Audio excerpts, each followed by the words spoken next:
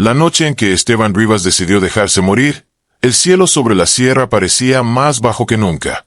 El aire olía a polvo viejo, a madera húmeda y a recuerdos que no daban tregua. Habían pasado 3 años desde el accidente que lo dejó cojo, medio ciego del ojo izquierdo y vacío por dentro. El rancho, que antes bullía de vida, ahora era un esqueleto de corrales rotos y cercas caídas. Los hombres se habían ido uno por uno, los animales, vendidos para pagar deudas, y él, que alguna vez fue un ranchero fuerte y respetado, apenas podía levantarse de la cama sin sentir que el mundo se le partía en dos. Aquella noche, Esteban no rezó. Ya no lo hacía. Se limitó a sentarse en el pórtico con una botella casi vacía y a mirar las estrellas como si fueran luces de otro mundo al que no tenía permiso de entrar. Pensó en Clara, su esposa, muerta al dar a luz a su tercer hijo, y en los niños que se marcharon a la ciudad buscando una vida que él ya no podía ofrecerles. Pensó en el orgullo que lo había sostenido, y en cómo ese mismo orgullo lo había aislado cuando más necesitaba ayuda. Si el amanecer no llegaba, no le importaba. Pero llegó. Y con él, 4 mujeres que no tenían nada en común salvo la viudez y una necesidad urgente de sobrevivir. La primera fue Rosario. Apareció al amanecer, caminando por el camino de tierra con una mula flaca y 2 costales de maíz. Llevaba un vestido negro gastado y el rostro curtido por el sol. Esteban la vio desde lejos y pensó que se había equivocado de rancho, pero ella avanzó con la seguridad de quien no tiene a dónde más ir. Le dijo que su marido había muerto en una riña absurda y que el pueblo la había condenado al silencio y al hambre. No pedía caridad, ofrecía trabajo. Esteban quiso decir que no necesitaba a nadie, que ya no había nada que hacer allí, pero la voz no le salió. Rosario se instaló sin pedir permiso. Limpió la cocina, encendió el fogón y preparó un café tan fuerte que le devolvió, por un momento, la sensación de estar vivo. La segunda llegó 2 días después. Se llamaba Elvira y traía consigo un niño de 6 años con los ojos demasiado serios para su edad. Su marido había muerto de fiebre, y los parientes la habían echado de la casa. Elvira no lloró al contar su historia. Habló con una calma que escondía años de golpes y humillaciones. Esteban dudó, no por ella, sino por el niño. No quería cargar con más responsabilidades, pero Elvira miró el rancho con ojos de futuro, como si viera lo que podía ser y no lo que era. Esa noche, mientras el niño dormía en una colchoneta improvisada, Elvira le habló a Esteban de la tierra, de cómo sanar suelos cansados y de cómo las semillas necesitan paciencia para responder. Él la escuchó en silencio, sin admitir que hacía años nadie le hablaba así, sin lástima. La tercera fue Inés. Llegó montada en un caballo ajeno, con una herida mal cerrada en el brazo y un carácter que chocó de inmediato con el de Esteban.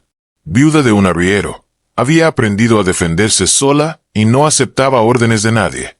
Se quedó porque necesitaba esconderse de un cuñado que quería arrebatarle lo poco que tenía. Inés reparó cercas como si hubiera nacido para eso. Sin darse cuenta, comenzó a discutir con Esteban sobre cómo organizar el trabajo. En esas discusiones, él sintió algo que creía perdido. El impulso de defender una idea, de pensar más allá del dolor físico. La cuarta tardó más en aparecer, como si el destino quisiera asegurarse de que las piezas encajaran antes de revelarla. Se llamaba Magdalena. Llegó una tarde lluviosa, empapada, con una Biblia envuelta en tela y una mirada que parecía cargar siglos. Su marido había muerto hacía años, pero la viudez la había acompañado como una sombra permanente. Magdalena no pidió nada. Se sentó a escuchar, a observar, a cuidar. Fue ella quien notó que Esteban apenas comía, que bebía demasiado y que, por las noches, se quedaba despierto mirando la nada. Sin juzgarlo, comenzó a hablarle de segundas oportunidades, no desde la fe ciega, sino desde la experiencia de haber tocado fondo y haber vuelto a subir. Al principio, Esteban se resistió. 4 viudas en su rancho le parecían una señal de caos, no de salvación. Se sentía invadido, cuestionado, expuesto. Pero poco a poco, sin darse cuenta, la rutina cambió. Rosario organizó la cocina y los alimentos. Elvira y su hijo empezaron un pequeño huerto. Inés levantó corrales y devolvió dignidad a los animales que aún quedaban. Magdalena trajo orden al silencio, enseñándole a Esteban a escuchar sin responder, a respirar cuando el dolor lo atacaba. El rancho empezó a transformarse. Y con él, el ranchero. No fue un milagro inmediato. Hubo días de discusiones, de lágrimas escondidas, de recuerdos que volvían como cuchillos. Esteban seguía cojo, seguía cansado, seguía lleno de culpas. Pero ya no estaba solo. Y esa simple verdad, repetida día tras día, comenzó a devolverle algo que creía muerto, las ganas de levantarse. Una tarde, mientras el sol se escondía detrás de los cerros, Esteban se sorprendió riendo. No fue una carcajada grande, apenas un gesto breve, pero suficiente para que se diera cuenta de que seguía vivo, de verdad. Miró a las 4 mujeres, cada una ocupada en lo suyo, y entendió que no habían llegado para reemplazar nada, sino para reconstruirlo todo de otra forma. Esa noche, por primera vez en años, Esteban durmió sin soñar con la muerte. Y aunque no lo sabía aún, aquel fue el primer paso de una historia que cambiaría no solo su destino, sino el de todos los que cruzaran el camino de ese rancho renacido. El segundo mes fue el más difícil, porque la novedad se había ido y lo que quedaba era la verdad desnuda de convivir, trabajar y sobrevivir juntos. El rancho ya no era un lugar silencioso, pero tampoco era un hogar todavía. Era un campo de prueba donde cada herida vieja buscaba una excusa para abrirse de nuevo. Esteban empezó a sentirlo en el cuerpo. El dolor de la pierna mala se intensificó con el trabajo, y el ojo izquierdo le fallaba cuando más necesitaba precisión. Antes, esas limitaciones lo llenaban de rabia y vergüenza. Ahora, lo frustraban de una manera distinta, porque había vuelto a importarle lo que pasaba alrededor. Quería ayudar, quería ser útil, pero su cuerpo no siempre respondía. Inés fue la primera en enfrentarlo por eso. «No tienes que demostrar nada», le dijo una mañana, mientras ajustaban una cerca. «El rancho no se levanta con orgullo, se levanta con cabeza». Esteban apretó la mandíbula. Durante años, su identidad había sido la fuerza, el mando, la resistencia. Aceptar límites le parecía una derrota. Sin embargo, esa misma tarde, cuando intentó cargar un saco de grano y cayó al suelo, fue Elvira quien se acercó sin prisa, lo ayudó a levantarse, sin una sola palabra de reproche, redistribuyó el trabajo. Nadie se burló, nadie lo miró con lástima, y eso lo desarmó más que cualquier insulto. Rosario, por su parte, comenzó a hablarle de números, de cuentas pequeñas pero constantes. Ella había aprendido a sobrevivir administrando escasez, y ahora veía en el rancho una oportunidad real. Le explicó cómo vender huevos, cómo intercambiar productos con vecinos lejanos, cómo hacer rendir cada grano. Esteban, que antes despreciaba esos detalles, empezó a escuchar. Se dio cuenta de que ser ranchero no siempre era mandar, sino sostener. El niño de Elvira, Mateo, se convirtió sin quererlo en el centro invisible del lugar. Su presencia obligó a todos a moderarse, a pensar en el futuro de una forma concreta. Esteban, que había perdido contacto con sus propios hijos, observaba al niño desde lejos, con una mezcla de ternura y culpa. Una noche, Mateo se acercó con una pregunta simple. ¿Por qué siempre miras el cielo cuando estás triste? Esteban no supo qué responder. Nadie le había preguntado eso antes. Se limitó a decir que buscaba respuestas. El niño asintió como si entendiera y le respondió algo que lo dejó sin aliento. Mi mamá dice que a veces las respuestas están aquí abajo, pero no queremos verlas. Desde ese día, Esteban empezó a mirar más a su alrededor. Magdalena fue quien lo enfrentó en el terreno más peligroso, el pasado. Una tarde lo encontró borracho, sentado junto al viejo granero donde aún colgaba una soga olvidada. No le gritó, no lo juzgó. Se sentó a su lado y le habló de su propio esposo, de cómo había muerto lentamente, de cómo ella había deseado acompañarlo solo para no quedarse sola. Le confesó que la viudez no siempre era tristeza por el muerto, sino miedo a seguir viviendo. No estás muerto, Esteban, le dijo con voz firme. Pero sigues viviendo como si lo estuvieras. Aquellas palabras le dolieron más que cualquier golpe. Esa noche, por primera vez, lloró delante de alguien. No fue un llanto bonito ni ordenado. Fue rabia, culpa, cansancio acumulado. Las 4 mujeres lo escucharon desde distintos rincones, sin invadirlo, sin abandonarlo.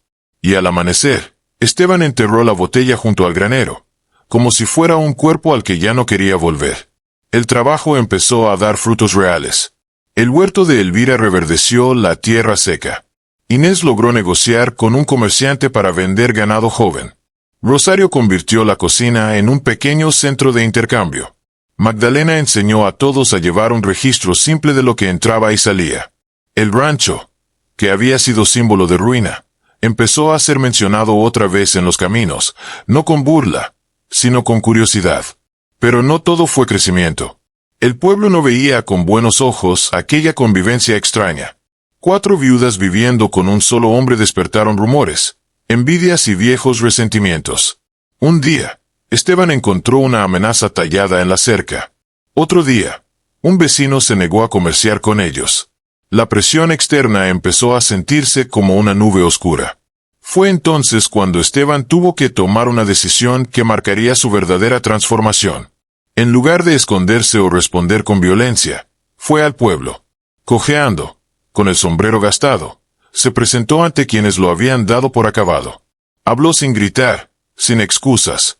Dijo que el rancho no era un refugio de pecado, sino de trabajo, que nadie estaba obligado a aceptar su forma de vivir, pero que tampoco permitiría que se pisoteara lo que estaban construyendo. No todos lo escucharon, pero algunos sí, y esos pocos bastaron. Esa noche, al regresar, encontró a las 4 mujeres esperándolo. No le preguntaron qué había pasado. Solo le ofrecieron comida, silencio y compañía.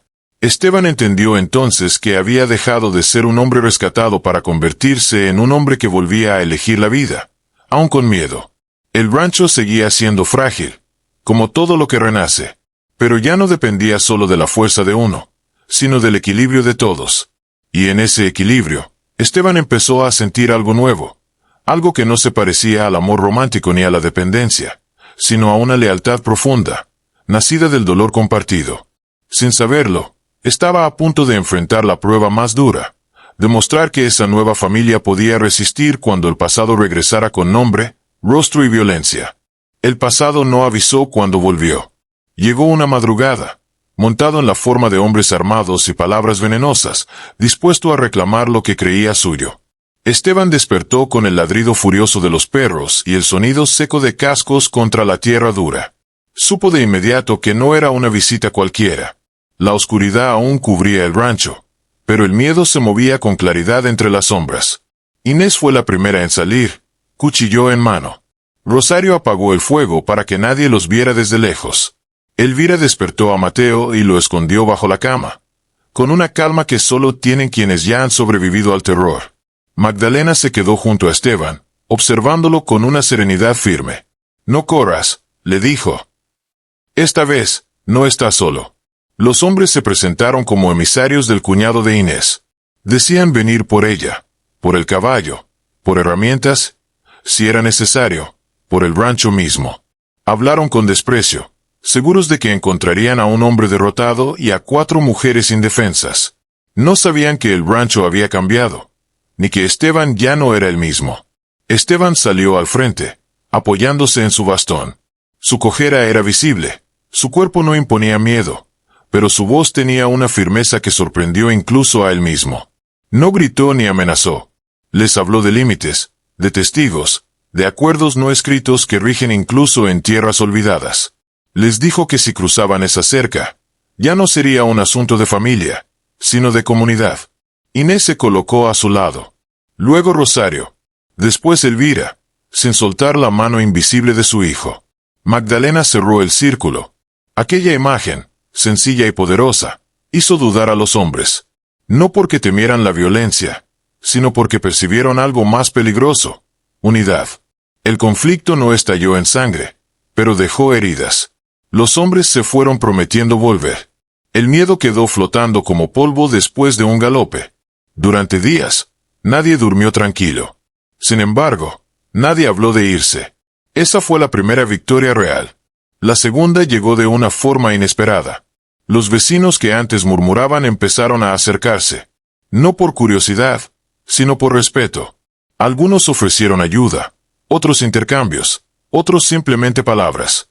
Habían visto lo ocurrido desde lejos y entendieron que el rancho ya no era un lugar débil. Esteban, que antes hubiera desconfiado, aceptó con cautela. Sabía que la supervivencia no se construye solo con orgullo, sino con alianzas. El tiempo pasó, y con él, las cicatrices se acomodaron en el cuerpo y en el alma. El rancho prosperó sin volverse rico. Esteban volvió a montar, despacio, sin demostrar nada. Aprendió a delegar, a escuchar, a descansar.